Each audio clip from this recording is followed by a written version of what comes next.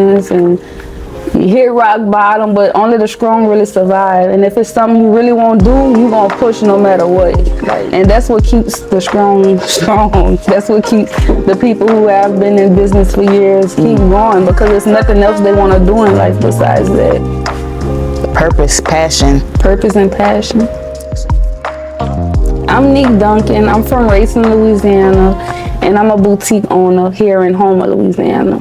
Okay, so they have a lot of people doing fashion. I'm not gonna say that they have a boutique like you, because I don't know too many. But what separates you from them? I feel like I'm authentic. I do. I'm not trying to be like anyone else. I know a lot of people, they try to be like other people. I just do my own thing. I stay in my own lane. I do what's best for me. So another thing, people tell me I stand out because of my content. I love getting in front of the camera and just acting crazy, being myself, entertaining, and adding fashion into it. So that's another thing that stands out. You are yourself, and that's what makes you go so far in your business. So what advice can you give to people that want to be like you or want to be in this situation with their own boutique? What advice can you give a person? First, I would let them know, don't do it because other people doing it. Do it because it's your passion. It's something you really want to do, and it's nothing else in the world you want to do besides it. And the reason why I say that is because being a boutique owner, you go through so many trials and tribulations, and you hit rock bottom, but only the strong really survive. And if it's something you really want to do, you're going to push no matter what. And that's what keeps the strong strong. That's what keeps the people who have been in business for years keep going, because there's nothing else they want to do in life besides that. Purpose, passion. Purpose and passion. So you feel like this is your purpose? I know definitely this is my purpose. Yes. Nah, that's dope. So how did you find that out? How you knew? Well, let me tell you how it started. Like I said once before, I always was into fashion. I love getting my hair did. I love dressing up, for school. You was one of them, I thought it was a fashion show. I love just getting my outfits together for school in uniform. I'm weak. So I always did love fashion. But I got a scholarship and I went to Nichols. And I thought I wanted to be a nurse. The reason why I say I thought, because it was popular at the time. I heard they make money, and I love babies. So that's why I figured until when I got in there and I'm scared of needles and blood, and I realized it wasn't for me. And I was just sitting there dang, what else could I do? I'm in college with this free scholarship. I gotta put this to work. And I thought about it. I'm okay, I love fashion. I love hair. I love clothes and all that. I could become my own boss. So that's when I switched my majors to business, and I got into it with that. I had ordered some clothes. I found a little website to order clothes from, and I was selling clothes from my car at home. I started off like that. Try to see what, the ins and outs, how it would work out. And it turned out good, so I just kept pushing with it. So you say you were selling clothes out your house and out your car. Wow, okay, so. Yep, my 2012 drop top Mustang. Come on. Yeah. You was getting it in, huh? Getting it in. That's the parts of the business that people don't really see. Right. We don't really see all that. So how was that transitioning from out of your car to in a whole shop? Well, how that went was, okay, so I was doing that for a little while. And at the time I was in college. I was working at Walmart during the day. And at night I was working at a hotel overnight. And I was on the track team. Yeah, I was doing all that because, like I said, I wanted that money. And I needed money to, purchase my inventory and everything. And I was doing that for the longest until my coach found out, and he's oh no, you gonna have to quit, them 2 jobs and woo-de-woo. Cause I guess I was getting tired, I was getting ran down. It was just ongoing motion. It was tough, I ain't lying. But I was loving that money I was making. And so I did quit one of them. And what happened was I graduated and I became a store manager at a phone company. So I was still running my business. I was selling hair too at the time, bundles. It was all under one business at the time. So yeah, and I was a store manager and I was doing that for a couple years. And I'm like, you know what, if I could run phone company store, I could run my own storefront. That's how I started thinking, cause like I really turned the store up. Like we started getting buku sales. I started getting recognized as the top store manager, you know, things like that, just bringing them sales into the store. So at that time, I'm like, dang, I really could sell, like, you know. And so I had put in a demotion. I was like, you know, I want to open up my own boutique, but I want to start small. I did go shopping around locally, you know, for storefronts, and they was kind of expensive for me. So I'm like, I don't know about that. I said, I'm gonna start off slow. So I went and purchased a shed.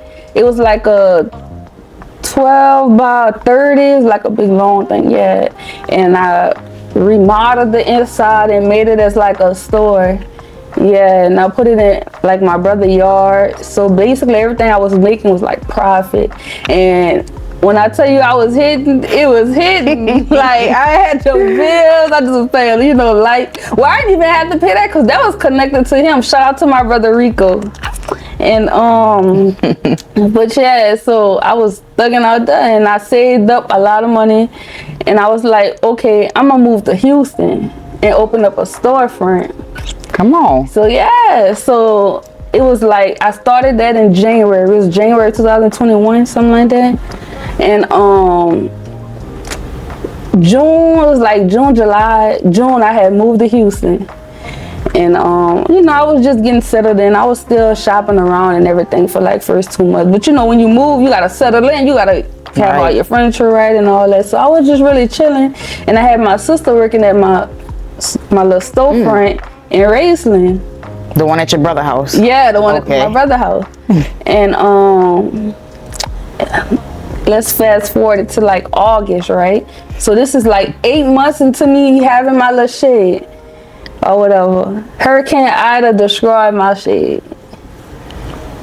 I just re-up on inventory. I was just like sick because I'm like, and at the time I wasn't online. I was just local. So I couldn't really, you know, try to get sales from everybody else. Like everybody locally, we going through something tragic. Like people lost their homes. Nobody read about shopping. So I had to fall back on my savings. And it was crazy because like a week before the hurricane came, I found like a spot. It was a suite. I found a suite in Houston that I was about to open my store. It was like, I just thought my dream was about to come true because it was big. I was on like the 14th floor. So it's like a high rise, like you get to see. Yes. They was gonna let me like model my floor, like, cause I had the marble floors, I did the gray walls, I had all that in mind. And he told me the price, like I ain't lying, I had a price limit, you know, cause I'm like, I'm going down there, I'm new to this. So I got a budget. And it was perfect. He told me it was my budget, the budget price that I had. So girl, why? As I'm leaving out to go get my deposit out the bank, this man give me a call. He was like, I'm sorry, Miss Duncan, but that's not the correct price. I was pissed. And I was about to, I'm like, what you mean? It's like, but we do have something else in your price. If you want to come back and look at that with it. I went back, that was so small. I'm like, man, I was so depressed. I'm like, no, I'm going to just wait off on it. You know what I mean? Before I put anything, I'm going to just look around some more and wait off on it. He was like, okay. Week later, Hurricane Ida destroyed my shop in Raisin. So at this point, I'm like, I'm not about to open nothing in Houston. I don't know nobody down there with no fallback money. You know what I mean? So I was jobless for like 6 months because in February, that's when I came down and I found another shop in Houma. So we had started off with that. But I'm still, more of the story, I'm still at home. I had to move back from Houston and everything. Like my dream was to really open up a shop in Houston. Wow. But I had got set back. And I had really lost everything like while living down there, and I opened up a shop down here and it was in June. And girl, I told her 2 cars. I told her my 2012 The Mustang that I was chopping off for years. I told her that. And I told her my Audi. And it was just bad. I was stressed. So I told myself, I'm like, I gotta move back to Louisiana. Like, I gotta get my business back straight. You know, I gotta start back from bottom all the way up. And I gotta stay down here until I, get back right. And well, that's where I'm at now. But that's why I'm saying, like, you go through all kind of trials and tribulations. So, like, if it was anybody else, if I didn't have a passion for, I would have been gave this up. Like, I would have been like, oh no, boy, I lost all that. I'm not about to put all my money back into this and woo-de-woo. No, but I mean, it's nothing else I won't do. So.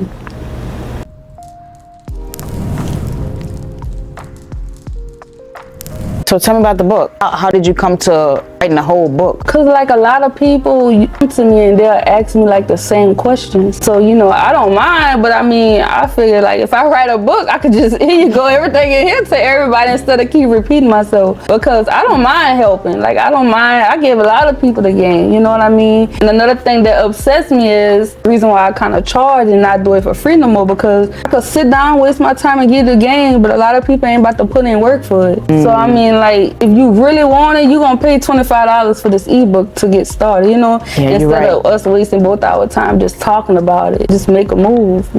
You're right. So speaking on that, about how people they're not as ambitious. They say they want things and they will come to you for advice and stuff. Tell me about like relationships you have in your life. Like how do you deal with people that's not as ambitious and doing the things that you're doing in life, like you're a high achiever? How do you deal with those people in your life? But now, in order for us to talk, you gotta pay. So, I mean, that's what I give them, like the basics. But if they keep going and going, I gotta, hey, here's my consultation fee. Or, if you want to get more into that, I have an ebook that explains everything. Cause once you invest in something like that, then I know you're serious. I know you're not just about to talk. You know what I mean? I know you're not just about to waste my time. I see you trying to invest in yourself, baby. We could talk for hours. Cause I know this what you really want. So that's how that's how I changed it up, like with that. So like, how does your daily life look like as a boutique owner, as a business owner, as a boss, as a mother? Like basically it never stopped. I feel like it's not enough time in a day. Like that's how I be feeling. Like it is not like it's not enough time in a day. Like it's just ongoing.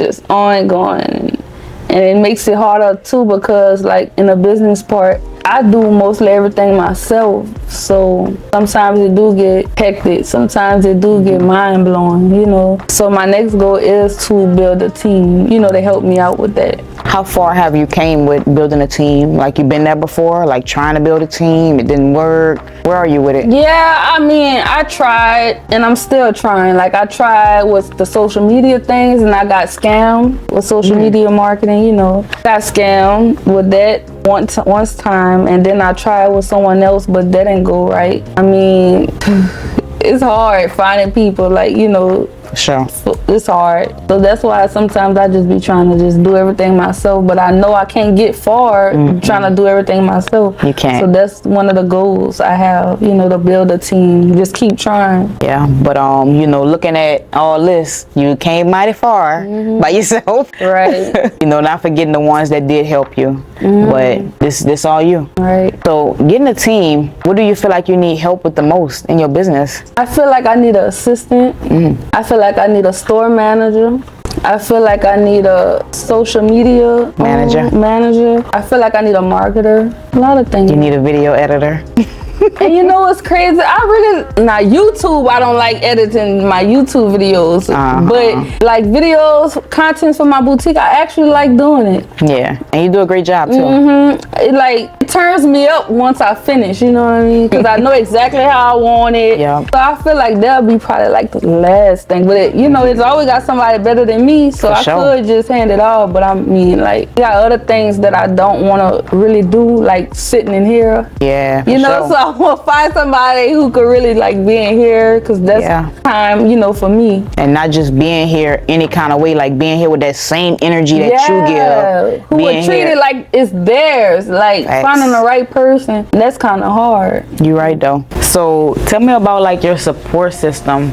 I find I have a very great support system, especially like my family, my mom, my brothers, my grandparents, like my kids' dad, everybody like support me. I got great supporters locally too, like the Tri-Parish. They the ones who got me where I am now. Like I said, they the ones who really like turned me up from start to now. So I could never forget about them. So I find like, my support system's good.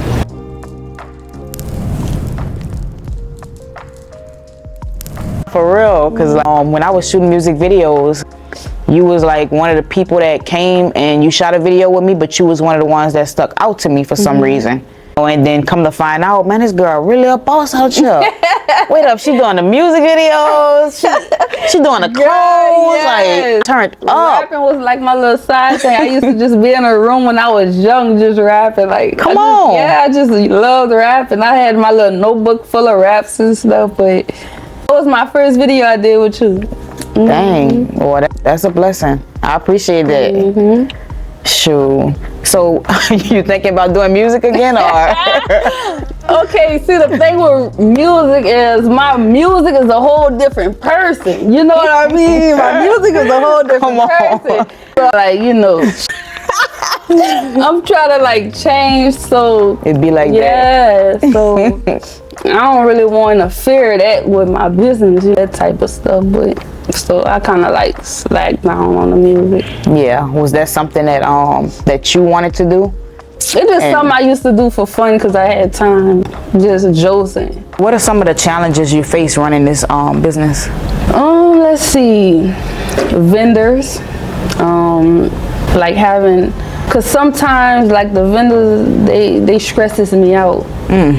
They late on inventory. They don't, like, you order something and they send you something without, because they didn't have what you had in stock. So they'll sometimes send you whatever they feel like, things like that. Come on. Yeah, this is like, vendors really be stressing me out the most. I ain't even gonna hold you. I be getting that stuff. I be texting so, man, I be telling my customers sometimes, this is gonna be coming in on this date right here, and it don't. That's frustrating. Right. They messing up my business. I order a larger size in some. All of a sudden they out of stock. They ain't never tell me nothing. They just send what they got. You thinking I'm getting what I order, and it don't. That's frustrating. So that's a big challenge right there. Another big challenge is trying to satisfy everybody. Another big challenge is pricing. Vendors, like when I first started, wholesale clothes were so cheap. It's so expensive now, and like, people still want those cheap prices. They compare you to other like online companies, not knowing like how much those people get that for. Even those people making their own clothes, you know, like the other businesses that they comparing, you know, prices. Trying to say like you overpricing and this and that when that's not even how it's going, you know. Yeah. So that's challenging, like coming up with the prices, because you want to set the right price, because you don't want to be too high for your customers, but you don't want too low and your business fall down. So that's challenging. What else? Yeah, that's pretty much it. The vendors, trying to satisfy everybody. Yeah. So how do you get through it?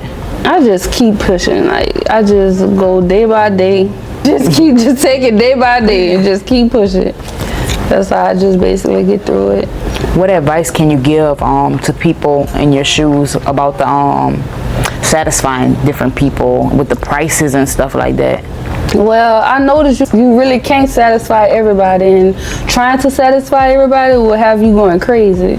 So you do what's best for your business, and the people who really mess with you, they gonna mess with you. They gonna understand. They gonna support you. The people who ain't, they just gonna go. There's a billion people in this world, man. You can't really just focus on what's right and what's near, basically. You gotta really, like, there's so many people out here that can help you get rich, support your brand and this and that, but Right. you can't just focus on the little people who not, with it. They probably just hating anyway. They don't understand business. They don't understand, like, there's a lot like that coming. Like, stuff ain't cheap nowadays. Like, it used to be, but now everything costs. Even us business owners, especially the small business owners, because we not buying as much as those big businesses. Right. The more you buy, the cheaper it costs. So that's how they could put their stuff cheap, but people don't understand that. So there's a lot of things in lot of different factors, businesses right. that people just don't know. right. So what's some other things in your business that people wouldn't know, but that's going on behind the scenes or that you have to deal with? I don't sleep. Like, rest, because you gotta own your own business, man, especially like a boutique, and you got all the hits. During the day you working. At night you gotta stay up with vendors. So they don't come on till like 6 p.m. to like 6 a.m. So like you gotta, and then they don't write back fast enough. So if you need what you need, you got all the questions you gotta ask them. So y'all replying back and forth. You gotta be up that. You gotta be up for coming up with content ideas. You gotta be researching like what's trending. All that takes time. Like, it's lack of sleep for sure. A lot of times while people sleeping, I'm up grinding. It shows. So how did you come about making a whole book? Can you tell me what it's about in a short summary? So it's called From Vision to Reality. It's an ebook for people who want to start their own boutique or basically their own product-based business. Start off from step to step, from beginning to end, basically guiding them on how to basically get their own boutique or on storefront and sell products. That's dope. How did you create a book? I got that question for me. How did you do it? Well, what happened was, first I wrote everything by hand, and I just sat there and I was thinking like, okay, what did you do to start? Like, what was your first steps? And what did you do wrong? And from now, because I started mine in 2017, so things have changed from then. So I did my research on from now, what's now. I started from now. Right. And I just interpret what I did and from how to do it the correct way. Because I'm not saying I did it perfect. I was just trying stuff. So I was learning as I go. So that's why I made this book, to help people so they don't have to waste all that time and just try and figure things out on their own. Give them the guide to just follow. So help them save time. Only $25. I wish I had that. Right. Because I would have saved some years, some time, and everything. Like, right. Okay, the guide you on how to have a successful business. So, in your boutique, who is like your target audience? What kind of clothes do you actually sell? So, I sell fast fashion clothing, basically for people 21 to like 31. I'm saying that's only for them, because older people or younger people shop with me also. Right. But like that's the target. So it's like club wear, because young people like the club. Most likely single people, because it's fast fashion. Not too many married people shop with me.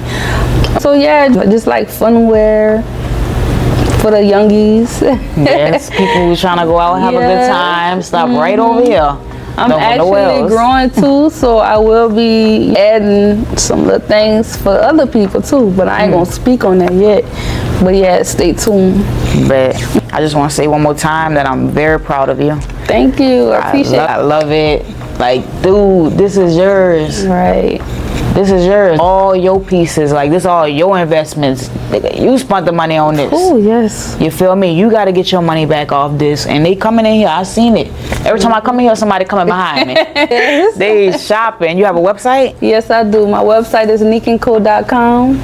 We located 114 Enterprise Drive, Suite C, Houma, Louisiana. That's dope. So yeah, everybody, y'all know where to find it. And congratulations again on all your success. I hope you keep going. I hope you never stop. I hope you get them goals. Yes. Tackle them. $1 million boutique. Period. Okay. Stop playing. Yes. Shoot, but that's a wrap. Well, thank you for having me. I appreciate it. Yeah. Thank you for having me.